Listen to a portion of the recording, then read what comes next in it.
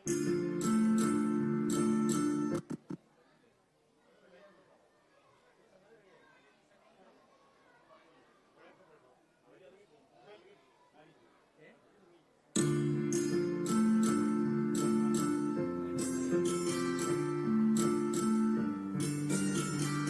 സൃഷ്ടിയുടെ 6-ാം ദിവസം ദൈവം തന്റെ സ്വന്തം സ്വരൂപത്തിലും സാദൃശ്യത്തിലും മനുഷ്യനെ സൃഷ്ടിച്ചു. സമുദ്രത്തിലെ മത്സ്യങ്ങളുടെ മേലും ആകാശത്തിലെ പക്ഷികളുടെ മേലും ഭൂമിയിൽ ചരിക്കുന്ന സകല ജീവികളുടെ മേലും ദൈവം മനുഷ്യന് അധികാരം നൽകി. എന്നാൽ ജീവിതത്തിന്റെ വേഗങ്ങൾക്കും ആവേഗങ്ങൾക്കും പ്രലോഭനങ്ങൾക്കും ഇടയിൽ മനുഷ്യൻ സൃഷ്ടാവിനേക്കാളുപരി സൃഷ്ടിയെ സ്നേഹിച്ചു തുടങ്ങി. ഏദന്റെ പറുദീസയിൽ ആദ്യ മനുഷ്യൻ തുടങ്ങി വെച്ച പാപം ഇന്നും മാനവരാശിയെ മുഴുവൻ കാർന്നു തിന്നുകൊണ്ടിരിക്കുന്നു. എന്നാൽ ജീവിതക്രമം നഷ്ടപ്പെട്ട ആധുനിക മനുഷ്യന്റെ മൂല്യബോധം വീണ്ടെടുക്കാൻ ചില ഓർമ്മപ്പെടുത്തലുകൾ സമ്മാനിക്കുന്ന ദൈവിക പുരുഷന്മാരെയും ചരിത്ര പുരുഷന്മാരെയും നമുക്ക് വേദങ്ങളിലും ഉപനിഷത്തുകളിലും ചരിത്ര ഗ്രന്ഥങ്ങളിലും കാണുവാൻ സാധിക്കും. അത്തരം ചില വ്യക്തിത്വങ്ങളുടെ ജീവചരിത്രത്തിലൂടെയുള്ള സഞ്ചാരമാണ് ഇന്നത്തെ നാടകാവിഷ്കാരം. സഹോദരനെ ഭയന്ന് സ്വപ്നത്തിൽ നിന്നും പലായനം ചെയ്യേണ്ടി വന്നവൻ, ബേർഷബായിൽ നിന്നും ഹാരാനിലേക്കുള്ള യാത്രാമധ്യേ ദൈവശബ്ദം ശ്രവിച്ചവൻ, ദൈവത്തോടും മനുഷ്യരോടും പൊരുതി ജയിച്ചവൻ, സാക്ഷാൽ ഇസ്രയേലിൽ നാമകരണം ചെയ്യപ്പെട്ട യാക്കോബ്. സഹോദരന്മാരും സാഹചര്യങ്ങളും തനിക്കെതിരെ ഉയർത്തിയ വെല്ലുവിളികളെയും പ്രതിസന്ധികളെയും പ്രലോഭനങ്ങളെയും അതിജീവിച്ച വിശ്വസ്തനായ നീതിമാനായ ചെറുപ്പക്കാരൻ, പൊട്ടക്കിണറ്റിൽ നിന്നും രാജകൊട്ടാരത്തിൽ എത്തിച്ചേർന്ന സ്വപ്നക്കാരൻ, യാക്കോബിന്റെ വാർദ്ധക്യത്തിലെ മകനായ ജോസഫ്. രാജ്യത്തിന്റെയും മുഴുവൻ ജനതയുടെയും സംസ്കാരത്തിന്റെയും നിലനിൽപ്പിനായി ദൈവഹിതമാരായുകയും ലക്ഷ്യബോധത്തോടെ മുന്നേറുകയും ചെയ്ത ഈജിപ്തിന്റെ ഭരണാധികാരിയായ ഫറവോ. ജീവിതത്തിന്റെ വേഗങ്ങൾക്കും ആവേഗങ്ങൾക്കുമിടയിൽ മങ്ങുകയും അണിയുകയുമൊക്കെ ചെയ്തു പോയ ദീപനാളങ്ങളെ തെളിയിച്ചെടുക്കാനും നമ്മുടെ മരണപ്പാച്ചിലുകളിൽ കൈമോശം വന്ന വെളിച്ചത്തിന്റെ വഴികളെ തേടിപ്പോകലുമാകട്ടെ ഈ കഥാവിഷ്കാരം. മാർ ഗ്രിഗോറിയോസ് ഓർത്തഡോക്സ് ക്രൈസ്തവ യുവജന പ്രസ്ഥാനം പ്രാർത്ഥനാ പുരസ്സരം കാഴ്ചവെക്കുന്നു ബൈബിൾ ഡ്രാമാസ്കോപ്പിക് നാടകാവിഷ്കാരം ഇസ്രായേലിന്റെ പ്രിയപുത്രൻ.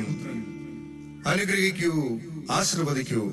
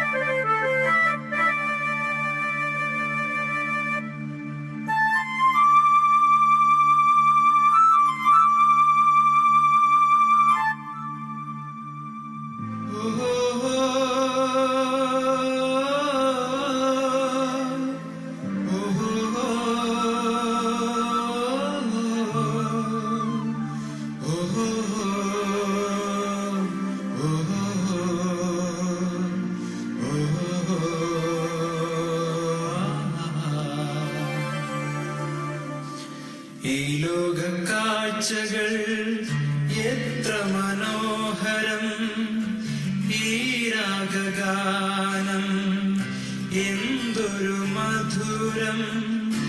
വസന്തം പൂവിടത്തുമീ പ്രഭാതത്തിൽ തേനുകരാനായി മധുബനണഞ്ഞു. വസന്തം പൂവിടത്തുമീ. അങ്ങ് വന്നത് ഞാൻ അറിഞ്ഞില്ല. എങ്ങനെ അറിയും? അത്രയ്ക്ക് ലയിച്ചു നിൽക്കുകയല്ലേ. ഒരു നിമിഷം ഞാനും നിന്റെ മാതാവും ലയിച്ചു പോയി ഈശ്വരമാധുരിയിൽ. ഞങ്ങൾ മാത്രമല്ല, നിന്റെ ഗാനം ആസ്വദിച്ച് കാലുകൾ താളത്തിനനുസരിച്ച് വൈക്കോൽ ചവിക്കുന്നു. തള്ളയാടുകൾ കുഞ്ഞാടുകളെ നക്കി തുടച്ച് തലോടുന്നു. കോലാടുകൾ ഇണകളുമായി ചേരുന്നു. എത്ര മനോഹരമായ രംഗങ്ങൾ. പക്ഷേ എന്താണ് പിതാവേ, അരുതാത്തതായി എന്തെങ്കിലും? അരുതാത്തതായി ഒന്നും സംഭവിച്ചിട്ടില്ല. നിനക്ക് ഇനിയും കണ്ഠശുദ്ധി കൈവരാനുണ്ട്. ഒലിവലയുടെ സത്തെടുത്ത് കഴിച്ച് കണ്ടത്തിന് ശുദ്ധി വരുത്തുക. എന്റെ 12 മക്കളിൽ കർത്താവ് ഏറ്റവും അനുഗ്രഹിച്ചിരിക്കുന്നത് നിന്നെയാണ്. മകനെ, നിനക്ക് ലഭിച്ചിരിക്കുന്ന ദൈവിക ദാനങ്ങൾ 1ഉം 2ഉമല്ല, അനവധിയാണ്. മകനെ, നിന്റെ കഴിവുകളിൽ ഞാനും നിന്റെ പിതാവും മാത്രമല്ല, നമ്മുടെ കുടുംബവും പരിവാരങ്ങളും എല്ലാം അഭിമാനം കൊള്ളുന്നു. പക്ഷേ നിന്റെ ജ്യേഷ്ഠന്മാർ, അവരെ കുറിച്ച് ഓർക്കുമ്പോൾ അമ്മയുടെ ഹൃദയം നുറുങ്ങുകയാണ്. ഇങ്ങനെയും കുറെ മക്കൾ. ശരിയാണ്. അവർ കാരണം അങ്ങേക്ക് തലയുയർത്തി നടക്കാൻ പറ്റാത്ത അവസ്ഥയായി. അക്രമവും കൊലയും കൊലവെപ്പും അവർ സ്ഥിരം തൊഴിലാക്കി മാറ്റിയിരിക്കുന്നു. മദ്യപിച്ച് മതോന്മത്തരായി സദാനേരവും തെരുവീതികളിൽ പുലപ്പിന് പറഞ്ഞു നടക്കുന്നു. അഭിസാരികമാരുടെ ഭവനങ്ങളിൽ അവർ അന്തിയുറങ്ങുന്നു. പരിച്ഛേദനാക്രമം കഴിഞ്ഞ് വേദന കൊണ്ടിരുന്ന ഹാമോണിയന്മാർ ശേഖ്യവനെയവർ വാളിനിരയാക്കി അവരുടെ വസ്തുവകകൾ കൊള്ളയടിച്ചു. ഇങ്ങനെ തുടരുകയാണെങ്കിൽ നാമും നമ്മുടെ കുലവും ദൈവകോപത്തിനിരയായി തീരും. നിർത്തൂ! നിന്റെ വാക്കുകൾ എന്നെ മുറിപ്പെടുത്തുന്നു. മക്കളെ എന്നും സ്നേഹിച്ചിട്ടുള്ള ഈ മാതാവിന് അത് താങ്ങാൻ കഴിയുകയില്ല. മകനെ ജോസഫ്, നീ പറഞ്ഞതൊക്കെയും യാഥാർത്ഥ്യമാണെങ്കിലും വാചാലനാകുമ്പോൾ അവർ നിന്റെ ജ്യേഷ്ഠന്മാരാണെന്ന കാര്യം നീ മറക്കരുത്. മാതാപിതാക്കളായ ഞങ്ങൾക്ക് മക്കളെല്ലാം ഒരുപോലെയാണ്. തെറ്റ് ചെയ്തതുകൊണ്ട് മാത്രം അവരെ തള്ളിക്കളയാൻ ഞങ്ങൾക്കാവില്ല. എന്റെ വാക്കുകൾ അങ്ങേ ഉൾപ്പെടുത്തിയെങ്കിൽ ഈ മകനെ അവിടെ ശിക്ഷിച്ചോളൂ. ഈ ഭവനത്തിൽ നിന്ന് എന്നേക്കുമായി പുറത്താക്കിക്കൊള്ളൂ. സർവ്വകാലം ആദരിക്കപ്പെടുന്ന അങ്ങേക്ക് ദൈവദൂതന്മാരുമായി മൽപ്പിടുത്തത്തിൽ വിജയിച്ച് ഇസ്രായേൽ എന്ന് നാമകരണം ചെയ്യപ്പെട്ട അങ്ങേക്ക് സ്വന്തം രക്തത്തിൽ പിറന്ന പുത്രന്മാരാൽ തന്നെ അപമാനിതനാകേണ്ടി വരുമെന്ന് ഓർത്തപ്പോൾ ഞാനൊരു നിമിഷം എന്നെ തന്നെ മറന്നു. യാക്കോബിന്റെ പ്രിയപുത്രൻ കരയുകയോ? ഒരിക്കലും അരുത്. ഇത്ര നിസ്സാരമായ കാര്യങ്ങൾക്ക് കണ്ണുനീർ പൊഴിക്കാൻ പാടില്ല. സമചിത്തത അതൊരിക്കലും നീ കൈവടിയരുത്.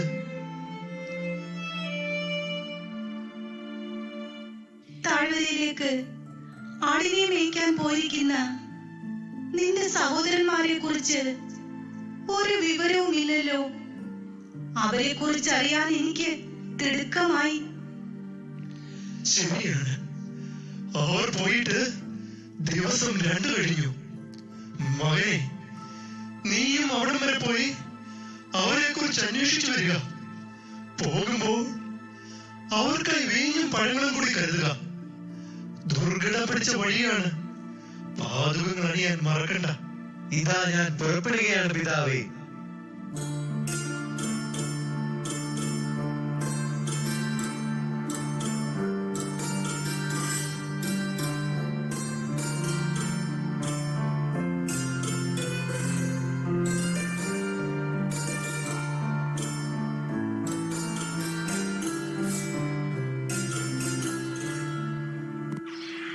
സൂര്യ നമസ്കാരം കഴിയുമ്പോൾ തുടങ്ങിയതാണല്ലോ, ഇനിയും നിർത്താനായില്ലേ? അടർക്കളത്തിലെ പോരാളിക്ക് കുതിരയുടെ കടിയാൽ നഷ്ടപ്പെട്ടവരുടെ സ്ഥിതി എന്താകും? അതുപോലെ കൈപ്പിടിയിൽ നിന്ന് വേർപ്പെട്ട ചാട്ട കൊണ്ട് അജപാലകർ എന്തുകൂടും? അടർക്കളത്തിലെ പോരാളിയും കടിയാൻ നഷ്ടപ്പെട്ട കുതിരയും കഷ്ടം തന്നെ. ഏട്ടന്റെ ഈ തണുപ്പൻ രീതിയാണ് എല്ലാത്തിനും കാരണം. സ്വന്തം ഭവനത്തിൽ നമുക്കൊരു വിലയില്ലായിപ്പോയി. ജ്യേഷ്ഠന്മാരായ നമ്മൾ കാട്ടിലും മലയിടുക്കുകളിലും ആടുകളെ മേയിച്ച് കഷ്ടപ്പെടുന്നു. ജോസഫും ബെഞ്ചമിനും പിതാവിന്റെ പ്രിയപുത്രന്മാർ, അവർ മാത്രം സുഖിക്കുന്നു. ജോസഫും ബെഞ്ചമിനും പിതാവിന്റെ വാർദ്ധക്യകാലത്തുണ്ടായ പ്രിയപുത്രന്മാരല്ലേ? അവരോട് അല്പം വാത്സല്യം കൂടുതൽ അതിശയിക്കാനൊന്നുമില്ല. മാത്രമല്ല, ജോസഫിന് നമ്മളെക്കാളൊക്കെ അറിവും സാമർഥ്യവും നൽകി കർത്താവ് അനുഗ്രഹിച്ചിട്ടുണ്ട്. ജോസഫ് പിതാവിന്റെ ഒരു പുന്നാരപുത്രൻ, അവന് മാത്രം ഒരു ലോകപ്പായ സമ്മാനിച്ചിരിക്കുന്നു. അതിട്ടുണ്ട് അവന്റെ ഒരു നടപ്പും ഭാവവും ഒന്ന് കാണേണ്ടതായിരുന്നു. സൂര്യനും ചന്ദ്രനും 11 നക്ഷത്രങ്ങളും അവനെ കുമ്പിടുന്നുവെന്ന് അവൻ സ്വപ്നം കണ്ടിരിക്കുന്നു. അതായത് പിതാവും മാതാവും നമ്മൾ 11 പേരും അവനെ താണു വീണ് വണങ്ങണമെന്ന് അഹങ്കാരി, അവന്റെ ഒരു സ്വപ്നം. ജോസഫ് കുഞ്ഞുനാൾ തൊട്ടേ മനോഹരമായ സ്വപ്നങ്ങൾ കാണുകയും അതിന് വ്യാഖ്യാനം നൽകുകയും ചെയ്യുന്നു. അതത്ര കാര്യമായി എടുക്കണ്ട. ജ്യേഷ്ഠനൊന്നും കാര്യമായി എടുക്കണ്ട. ഒടുവിൽ പിതാവ് നമ്മുടെ ഭാഗം കൂടി അവന് നൽകി അവനെ കൂടുതൽ കൂടുതൽ സ്നേഹിച്ചുകൊണ്ടേയിരിക്കും. അങ്ങനെ നമ്മൾ തെരുവിലുമാകും. ഒരു സ്വപ്നക്കാരൻ, ആ കള്ളസ്വപ്നക്കാരനെങ്ങാനും ഈ സമയത്തൂടെ വന്നിരുന്നെങ്കിൽ അവനെ തല്ലിക്കൊന്ന് ദുർഗന്ധം വമിക്കുന്ന പൊട്ടക്കിൽ വലിച്ചെറിയാൻ. ആ കുന്നിൻ ചെരുവിലൂടെ ആരോ വരുന്നുണ്ടല്ലോ. കണ്ടിട്ട് നല്ല പരിചയമുള്ള വേഷം. അത് നമ്മുടെ സഹോദരൻ ജോസഫ് അല്ലേ? നമ്മുടെ വിവരങ്ങൾ അറിയാൻ പിതാവ് പറഞ്ഞു വിട്ടതായിരിക്കും. കൊള്ളാം, അവനൊന്നും വന്നോട്ടെ.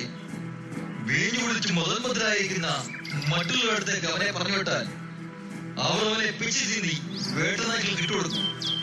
അത് അങ്ങനെ ഒന്നും ചെയ്യരുത്.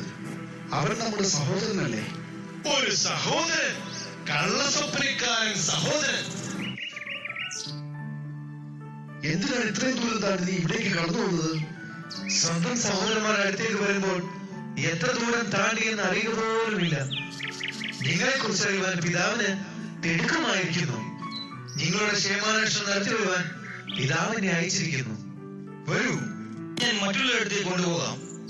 പകലന്തിയോളം പണിയെടുത്ത് തളർന്നിരിക്കുന്ന അവർക്ക് നിന്നെ കാണുമ്പോൾ ഒരു ആശ്വാസമാകും. അതെ അതെ അതെ അതെ, അവർ നിന്നെ ശരിക്കും സൽക്കരിക്കും. അയ്യോ, അയ്യോ, എന്നോട് ചെയ്യരുത്. കൊല്ലരുത്. ഞാനിവിടെ സഹോദരനല്ലോ. അരുത്, ചെയ്യരുത്. നിങ്ങൾ അവനെ കൊന്നില്ലേ? ഞങ്ങൾ അവനെ കൊന്നില്ല. ആദ്യം മദ്യച്ചവശനാക്കി, എന്നിട്ട് ആ പൊട്ടച്ചട്ടിൽ വലിച്ചെറിഞ്ഞു. അവന് മരിക്കാനുള്ള വിധി ഉണ്ടായില്ല.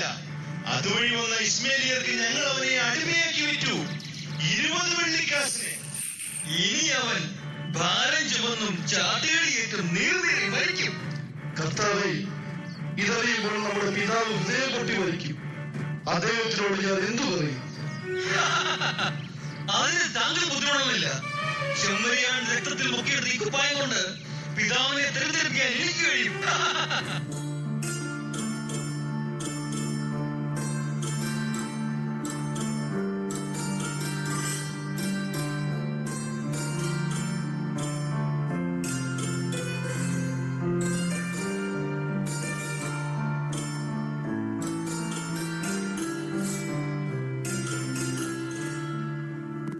ആടുകളെ മേയ്ക്കാൻ പോയവരെയും അവരെ അന്വേഷിച്ച് പോയവരെയും കുറിച്ച് വിവരമൊന്നുമില്ലല്ലോ.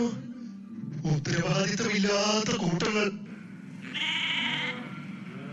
അങ്ങക്കിപ്പോ പഴയതുപോലെ കേൾവിശബ്ദമില്ലെന്നാ തോന്നുന്നത്. ആടുമാടുകളുടെ ശബ്ദമല്ലേ കേൾക്കുന്നത്? അവരിങ്ങ് എത്തിക്കഴിഞ്ഞു.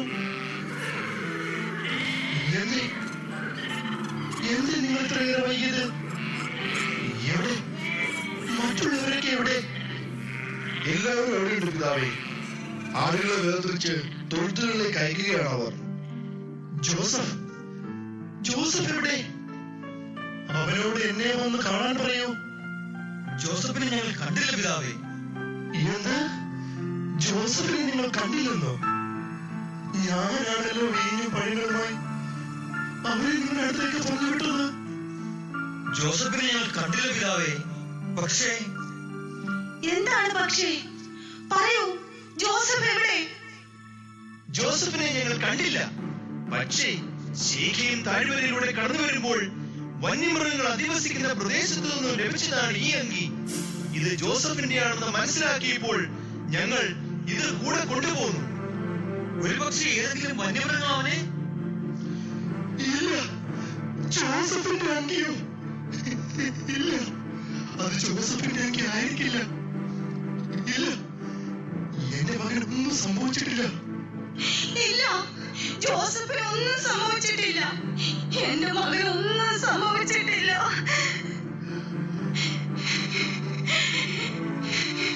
അതെ, ഇതെന്റെ മകൻ ജോസഫിന്റേതാണ്.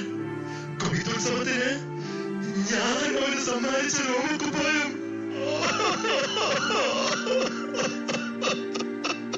അയ്യോ, എന്റെ മകനെ ജോസഫ്, ഞാൻ ഇതെങ്ങനെ സഹിക്കും? കാരുണ്യവാനായ കർത്താവേ, അവിടുന്ന് പരീക്ഷ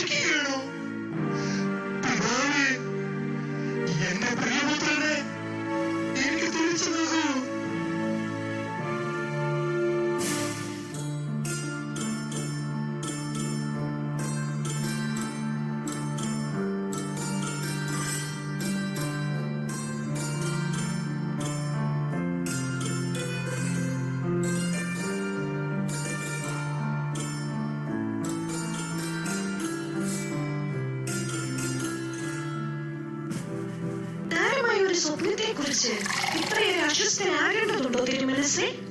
കഴിഞ്ഞ രാത്രിയിൽ അങ്ങ് ഒരു നാഴിക പോലും തിരിച്ചുറങ്ങിയിട്ടില്ല. നാം വേണ്ടി ആ സ്വപ്നത്തെ നിസ്സാരമായി തള്ളിക്കളയുവാൻ നമുക്കാവില്ല. ദിനരാത്രങ്ങളായി നമ്മുടെ മനസ്സിനെ അലട്ടിക്കൊണ്ടിരിക്കുന്ന ഒരു അഴിയാക്കുരുക്കാണത്. ആകുലചിത്തരായി കഴിയുന്നത് കണ്ടിരിക്കുവാനുള്ള മനഃശക്തി എനിക്കില്ല തമ്പുരാനെ. കൊട്ടാരവാസികളും പ്രജകളും എല്ലാം ഒരുപോലെ ആശങ്കാകുലരാണ്. സർവ്വസൈന്യാധിപനായ പോത്തിഫർ രാജതന്ത്രജ്ഞരുമായി തിരക്കിട്ട ചർച്ചകളിലാണ്. പോത്തിഫറിന്റെ പത്നി ആശ്വാസവാക്കുകൾ ഓതിക്കൊണ്ട് എന്നോടൊപ്പം അന്തഃപുരത്തിൽ തന്നെ ഉണ്ടായിരുന്നു. എവിടെ പോത്തിഫർ? നമ്മെ ഒന്ന് മുഖം കാണിക്കുവാൻ പറയൂ. ഉത്തരവ് പോലെ.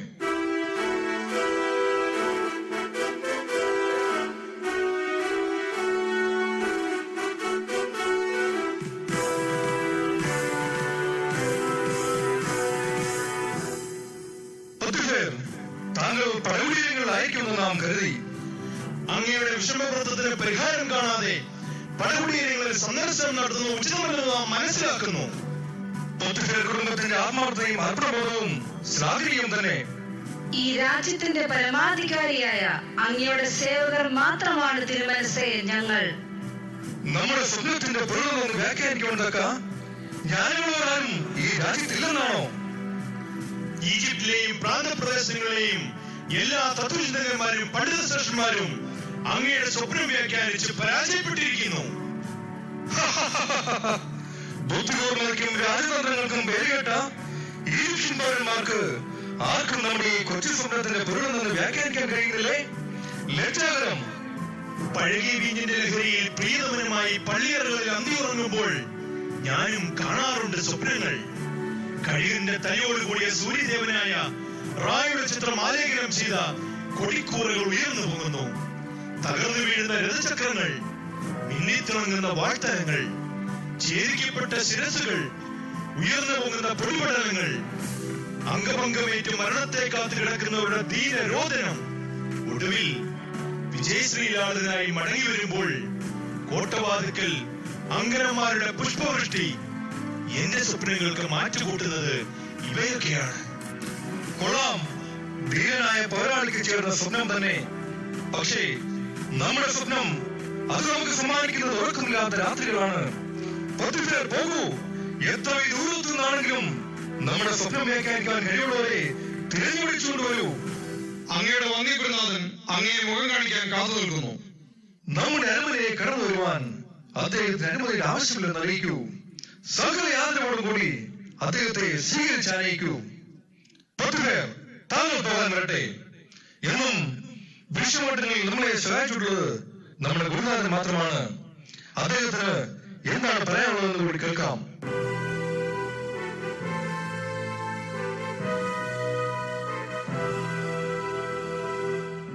വന്യഗുരുവിന് ഈ അരിമശിഷ്യന്റെ വന്ദനങ്ങൾ.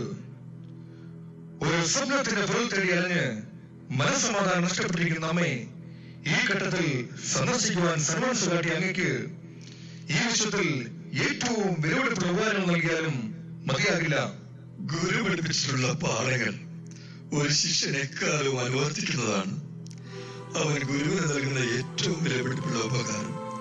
ഗാഠനിദ്രക്കിടയിലും നമ്മുടെ മനസ്സിലൂടെ കടന്നു പോകുന്ന ഒരു സ്വപ്നത്തെ പോലും നിസ്സാരമായി തള്ളിക്കളയരുതെന്ന് ഞാൻ പഠിപ്പിച്ച പാഠം അങ്ങനെയൊന്നും മറന്നിട്ടില്ലല്ലോ. പക്ഷെ ഗുരു, നമ്മുടെ സ്വപ്നം അത് നമുക്ക് സമ്മാനിക്കുന്നത് നിദ്രാവിഹീനമായ രാത്രിയാണ്. ഗൗരവമേറിയ ഘട്ടങ്ങളിലൂടെ കടന്നു പോകുമ്പോൾ അങ്ങ് ഒരിക്കലും സമചിത്തത കൈവടിയരുത്. കൊട്ടാരത്തിലെ തടവറയ്ക്കുള്ളിൽ ശിക്ഷ അനുഭവിക്കുന്ന സ്വപ്നം വ്യാഖ്യാനിക്കുന്ന ഒരു യുവാവിനെ കുറിച്ച് പാനപാത്രവാഹകൻ അങ്ങോട് ഉണർത്തിച്ചില്ലേ? പക്ഷെ ഗുരു, അവനൊരു തടവുപുള്ളിയല്ലേ? ആയിരിക്കാം. പക്ഷെ മാണിക്യം കുപ്പത്തൊട്ടിയിൽ എറിയപ്പെട്ടാലും അത് അവിടെ കിടന്ന് ശോഭിക്കുക തന്നെ ചെയ്യും. അവനോടൊപ്പം തടവറയിലായിരുന്ന പാനപാത്രവാഹകന്റെയും അപ്പക്കാരന്റെയും സ്വപ്നങ്ങൾക്ക് അവൻ വ്യാഖ്യാനം നൽകി. അവൻ വിവരിച്ചതുപോലെ പാനപാത്രവാഹകനെ അങ്ങ് മോചിപ്പിച്ചു. അപ്പക്കാരനെ തൂക്കിലേറ്റുകയും ചെയ്തു. അവനും ഒരു അവസരം നൽകൂ. ആരാണവൻ? എന്താണ് അവന്റെ നാമം? ജോസഫ്. അതാണ് അവന്റെ നാമം. സുന്ദരനും സുമുഖനുമായ ഒരു യുവാവ്, ഏതോ ഉന്നത കുലത്തിൽ പിറന്നവനാണവൻ. എന്റെ പ്രിയ പത്നിയെ അപമാനിക്കാൻ ശ്രമിച്ചതിനാണ് ഞാൻ അവനെ തടവറയിലാക്കിയത്. അവൻ അഹങ്കാരിയും ധിക്കാരിയുമാണ്. അവൻ എന്നെ അവഹേളിക്കാൻ ശ്രമിച്ചു. അവൻ ഒരിക്കലും അങ്ങയുടെ സ്വപ്നത്തിന് വ്യാഖ്യാനം നൽകാൻ കഴിയില്ല തിരുമനസ്സേ. അവൻ തടവറയിലാക്കപ്പെട്ടതിന്റെ പിന്നാമ്പുറ വർത്തമാനങ്ങൾ സേവകന്മാരും തോഴിമാരും പാടി നടക്കുന്നുണ്ട്. അതേക്കുറിച്ചൊന്നും അധികം പറയണ്ട. അതെന്തു തന്നെയാണെങ്കിലും ഗുരു ആവശ്യപ്പെട്ടതുകൊണ്ട് മാത്രം അവനും ഒരു അവസരം നൽകാം. എത്രയും പെട്ടെന്ന് ആ തടവുള്ളിയെ നമ്മുടെ മുന്നിൽ ഹാജരാക്കൂ. ഉത്തരവ് പോലെ. സ്വപ്നം വ്യാഖ്യാനിക്കാനൊരു തടവുപുള്ളി, വെറും ഒരു തടവുപുള്ളി. ഈജിപ്തിലെ കുറ്റരാക്ഷസന്മാരും തത്വചിന്തന്മാരും തോറ്റെടുത്ത് വെറും ഒരു തടവുപുള്ളി. തടവറയിൽ നിന്ന് മുന്നേ അരമനയിലേക്ക് വരുത്തിയ എന്തിനെന്നറിയണ്ടേ? നാം കണ്ട സ്വപ്നത്തിന് വ്യാഖ്യാനം നൽകാൻ കുറേയേറെ ദിനരാത്രങ്ങളായി നമ്മെ അലട്ടിക്കൊണ്ടിരിക്കുന്ന ആ പ്രശ്നത്തിന് പരിഹാരം കാണാൻ. സ്വപ്നങ്ങൾ വ്യാഖ്യാനിക്കാൻ എന്നെ സഹായിക്കുന്നത് ഞാൻ വിശ്വസിക്കുന്ന എന്റെ ദൈവമാണ്. അങ്ങയുടെ സ്വപ്നം എന്തെന്ന് പറഞ്ഞിരുന്നുവെങ്കിൽ ആ രാത്രിയിൽ തന്നെ നാം 2 സ്വപ്നങ്ങൾ കണ്ടു. ആദ്യം കണ്ട സ്വപ്നത്തിൽ നൈൽ നദിയിൽ നിന്നും തടിച്ചു കൊടുത്ത 7 പശുക്കൾ കയറി വന്നു. പുൽത്തൊടിയിൽ മേഞ്ഞുകൊണ്ടിരുന്നവയെ പിന്നാലെ കയറി വന്ന മെലിഞ്ഞ രൂപികളായ 7 പശുക്കൾ വിഴുങ്ങിക്കളഞ്ഞു. നമ്മുടെ 2ാമത്തെ സ്വപ്നത്തിൽ നിറഞ്ഞു മുട്ടിയ 7 നെൽക്കതിരുകൾ ഒരു തന്നിൽ വളർന്നു പൊങ്ങി. പുഷ്ടിയും അഴകുമുള്ള ആ കതിരുകളെ പിന്നാലെ ഉറച്ചു പൊന്തിയ ഉണങ്ങിക്കഴിഞ്ഞ 7 നെൽക്കതിരുകൾ വിഴുങ്ങിക്കളഞ്ഞു. ഇതാണ് നമ്മുടെ സ്വപ്നം. മനോഹരമായ എന്നാൽ ഗൗരവതരമായ സ്വപ്നങ്ങൾ അങ്ങേ അലട്ടിയെങ്കിൽ, അങ്ങയ്ക്ക് നിദ്രാവിഹീനമായ രാത്രികൾ സമ്മാനിച്ചുവെങ്കിൽ അതിശയിക്കാനൊന്നുമില്ല. അത്രയ്ക്ക് ഗൗരവതരമായ സംഭവങ്ങളുടെ വരവിനെ സൂചിപ്പിക്കുന്ന സ്വപ്നങ്ങളാണവ. പറയൂ, എന്താണെങ്കിലും പറയൂ. 2 സ്വപ്നങ്ങളുടെയും അർത്ഥങ്ങൾ ഒന്നു തന്നെയാണ് തിരുമനസ്സേ. തടിച്ചു കൊഴുത്ത 7 പശുക്കളും നിറഞ്ഞു മുട്ടിയ 7 നെൽക്കതിരുകളും സൂചിപ്പിക്കുന്നത് ആഗതമാകുന്ന സമ്പൽ സമൃദ്ധിയുടെ 7 വർഷങ്ങളാണ്. ഈ കാലഘട്ടത്തിൽ ഈജിപ്തിൽ ധാരാളം ഭക്ഷ്യധാന്യങ്ങൾ വിളയും. രാജ്യവും ജനങ്ങളും ഒന്നുപോലെ സമ്പൽ സമൃദ്ധിയിൽ മുങ്ങിക്കുളിക്കും. എന്നാൽ മെലിഞ്ഞ വിരോധികളായ 7 പശുക്കളും 7 നെൽക്കതിരുകളും സൂചിപ്പിക്കുന്നത് കടുത്ത ക്ഷാമത്തിന്റെ 7 വർഷങ്ങളാണ്. 2 സ്വപ്നങ്ങൾ അങ്ങ് കണ്ടതുവഴി ദൈവം ഈ കാര്യം ഉറപ്പിച്ചിരിക്കുന്നുവെന്നും അതുടൻ തന്നെ സംഭവിക്കുമെന്നും മനസ്സിലാക്കാം. അതെ, ഇത് തന്നെയാണ് ആ സ്വപ്നത്തിന്റെ പൊരുൾ. നമ്മുടെ മനസ്സിൽ നിന്നും ഒരു കുരി കഴിഞ്ഞതുപോലെ ആഗതമാകുന്ന സമ്പൽ സമൃദ്ധിയുടെ നാളുകൾ നമ്മെ ആനന്ദിപ്പിക്കും. പക്ഷേ കടുത്ത ക്ഷാമത്തിന്റെ ആ വർഷങ്ങൾ അത് നമ്മെ ഭയപ്പെടുത്തുന്നു.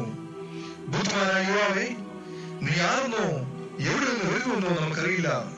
എങ്കിലും ഒന്ന് നമുക്കറിയാം, ദൈവം നിന്നെ അനുഗ്രഹിച്ചിട്ടുണ്ട്. ഇത്ര മഹത്തരമായ ഒരു സ്വപ്നത്തിന് വ്യാഖ്യാനം നൽകുവാൻ നിനക്ക് കഴിയുമെങ്കിൽ അതിനൊക്കെ പരിഹാരം ഓടുവാനും നിനക്ക് കഴിയുമെന്ന് ഞാൻ വിശ്വസിക്കുന്നു. സമ്പൽ സമൃദ്ധിയുടെ 7 വർഷങ്ങൾ ഈജിപ്തിന്റെ ധാന്യപ്പുരകൾ നിറഞ്ഞു കവിയും. ആ കാലയളവിൽ വിളവിന്റെ 5-1 ശേഖരിച്ച് കലവറകളിൽ സൂക്ഷിക്കണം. വരാൻ പോകുന്ന കടുത്ത ക്ഷാമത്തിന്റെ നാളുകളിലേക്കുള്ള കരുതൽ ധാന്യമായിരിക്കണം അത്. അതുമൂലം നാട് പട്ടിണിയോട് നശിക്കുകയില്ല. അങ്ങയുടെ മന്ത്രിമാരിൽ ഏറ്റവും സമർത്ഥനായ ഒരാളെ ഈ ദൗത്യത്തിനായി നിയോഗിക്കണം. എത്ര മഹത്തരമായ ആശയങ്ങൾ! ദൈവം നിന്നെ അനുഗ്രഹിച്ചിട്ടുണ്ട്. ഈജിപ്തിന്റെ മന്ത്രിമുഖനായി നിയമിക്കപ്പെടുവാൻ താങ്കളെക്കാൾ യോഗ്യനായ മറ്റൊരാളെ കണ്ടെത്താൻ കഴിയുകയില്ല. ഇന്നു മുതൽ താങ്കളാണ് ഈ രാജ്യത്തിന്റെ മന്ത്രിമുഖ്യൻ. ജോസഫ്, താങ്കൾക്ക് ഞാൻ എല്ലാവിധമായ അധികാരവും നൽകുന്നു.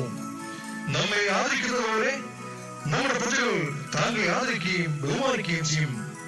താങ്കൾക്ക് വേണ്ടി കൊട്ടാര സദൃശമായ ഒരു മാളിക നാം പടുത്തുയർത്തും. എല്ലാം അങ്ങയുടെ ഇഷ്ടം പോലെ.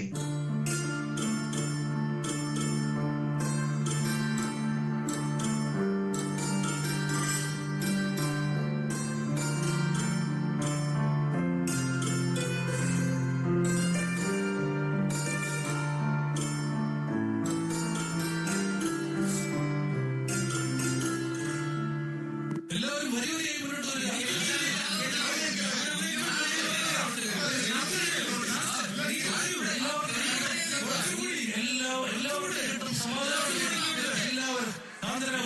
തിക്കും തിരക്കും ഒട്ടും കുറയുന്നില്ലല്ലോ. ശരിയാണ്, ഓരോ ദിനം കഴിയുന്തോറും തിരക്ക് കൂടിക്കൂടി വരികയാണ്. ധാന്യശേഖരണത്തിനായെത്തിയ സഹോദരന്മാരെ മന്ത്രി തിരുമനസ് എന്തിനാണ് ഇങ്ങനെ പരീക്ഷിക്കുന്നത്?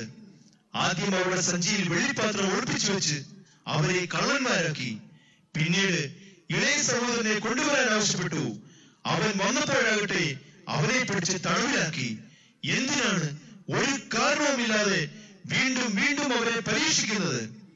എന്തെങ്കിലും പ്രത്യേകതകൾ അവരിൽ കാണാതെ അദ്ദേഹം അവരെ ഇങ്ങനെ ആവർത്തിച്ച് പരീക്ഷിക്കുകയില്ല.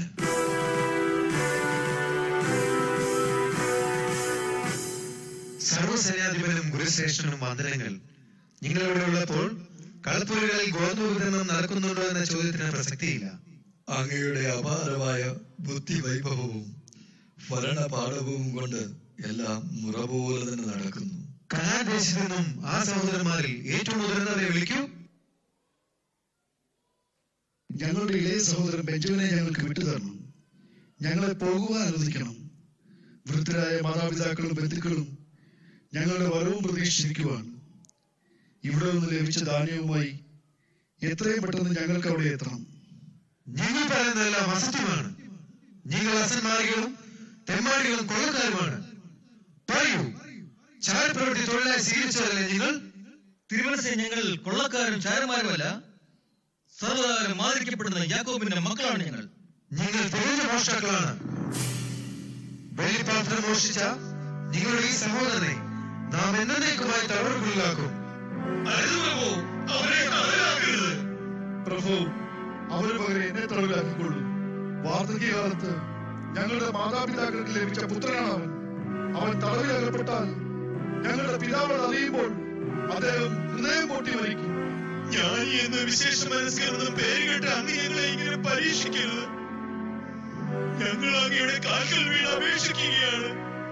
അവനെ വിട്ടേക്കൂ. സഹോദരന്മാരെ, ഞാൻ ജോസഫാണ്. വർഷങ്ങൾക്ക് മുമ്പ് ഇസ്മായിലിയർക്ക് നിങ്ങൾ അടിമയെ വിറ്റ ജോസഫ്. അല്ല, അങ്ങ് ജോസഫ് അല്ല. അതെ, ഞാൻ ജോസഫാണ്. അന്ന് നിങ്ങൾക്ക് എന്നെ ഉപദ്രവിക്കാനും വിൽക്കാനും തോന്നിയത് കൊണ്ട് ഞാൻ ഇനി നിലയിലെത്തി. എല്ലാം ദൈവം പോലെ സംഭവിക്കുന്നു. അതുകൊണ്ട് ഈ രാജ്യത്തെ ഒരു വൻ ദുരന്തത്തിൽ നിന്ന് രക്ഷിക്കുവാൻ എനിക്ക് കഴിഞ്ഞു. ഞങ്ങൾ അങ്ങയുടെ ചില ക്രൂരതകൾക്ക് സമാനങ്ങളില്ലാത്തതാണ്. ഞങ്ങളോട് കരുണ കാണിക്കണം. നിങ്ങളെ വീണ്ടും വീണ്ടും ഇവിടേക്ക് വരുത്തിയത് പ്രതികാരത്തിനായല്ല, നിങ്ങളെയൊക്കെ കാണുവാനുള്ള ആഗ്രഹം കൊണ്ടാണ്. പറയൂ, നമ്മുടെ പിതാവിനെ കുറിച്ച് പറയൂ.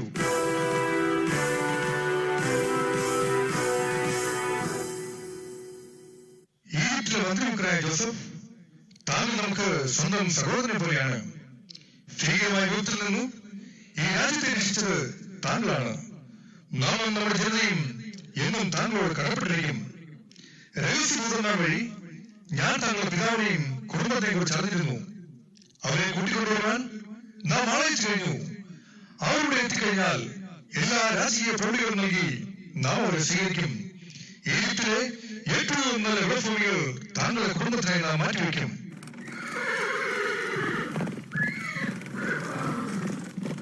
അതാ 7 കുതിരകളെ കൂട്ടിയ നമ്മുടെ രഥത്തിൽ താങ്കളുടെ പിതാവ് ആഹുതരായി കഴിഞ്ഞു. ആർക്കുള്ളിലും ആരുള്ളിലും ഉയരുന്ന കേൾക്കുന്നില്ലേ? നൈൽ നദിയുടെ ധാരമായ ഈജിപ്തിലേക്ക് സ്വാഗതം. കർത്താവ് അങ്ങയെ യഥേഷ്ടം അനുഗ്രഹിക്കട്ടെ. എവിടെ ജോസഫ്? എന്റെ പ്രിയപുത്രൻ ജോസഫ് എവിടെ? പിതാവേ, ഇതാ അങ്ങയുടെ പുത്രൻ ജോസഫ്. ജോസഫ്, എന്റെ പ്രിയപുത്രൻ ജോസഫ്, എന്നേക്കുമായി എനിക്ക് നഷ്ടപ്പെട്ടെന്ന് ഞാൻ കരുതിയ എന്റെ മകൻ ജോസഫ്. അത്യുന്നതനായ ദൈവമേ, അവിടുന്ന് എന്നോട് കരുണ കാട്ടി. പിതാക്കന്മാരുടെ ദൈവമായ കർത്താവേ, അവിടുത്തേക്ക് നന്ദി. സമാഗമം, ഇത് സുരഭില സമാഗമം. ധന്യമീ സുന്ദര സമാഗമം.